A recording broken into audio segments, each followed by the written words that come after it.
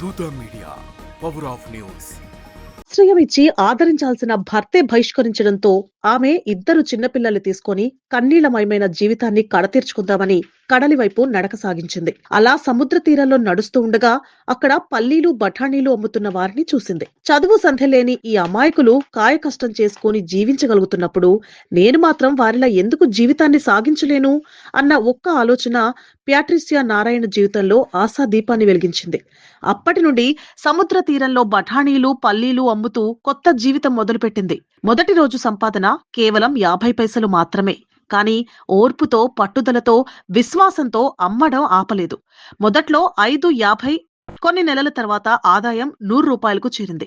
కొన్నాళ్లకు సూక్ష్మ రుణాలను తీసుకొని టీ కొట్టు ప్రారంభించే స్థితికి చేరింది. మరికొన్ని సంవత్సరాలకు ఒక హోటల్ ప్రారంభించింది. నాణ్యతకు ప్రాధాన్యతనిచ్చి వ్యాపారం సాగించడం వల్ల కొద్ది కాలంలోనే వ్యాపారం పుంజుకొని చెన్నై నగరంలో అనేక ప్రాంతాల్లో హోటల్ బ్రాంచులు నెలకొల్పగలిగింది. ప్రస్తుతం సందీప చైన్ ఆఫ్ రెస్టారెంట్స్ అనే సంస్థకు అధిపతిగా ఆమె సంపాదన నెలకు అక్షరాల 50 లక్షల రూపాయలు.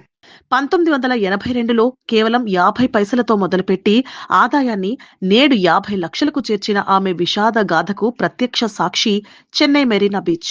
2010 సంవత్సరంలో అత్యుత్తమ వ్యాపారవేత్త పురస్కారాన్ని పొందిన ఆ ధీర వనిత ప్యాట్రిషియా నారాయణ్ తినడానికి తిండి లేని నిర్భాగ్య స్థితి నుండి, చనిపోవడానికి కూడా సిద్ధమైన స్థితి నుండి నేడు కొన్ని వేల మందికి ఉపాధిని కల్పించిన ఇటువంటి వ్యక్తుల జీవిత గాథలే కదా మనకు స్ఫూర్తి.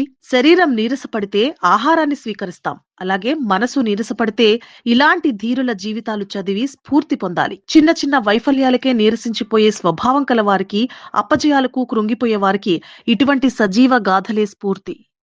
హాయ్, నేను మీ ఆర్పి పట్నాయక్. ప్లీజ్ సబ్స్క్రైబ్ టు దూత media. For more updates, please subscribe దూత మీడియా.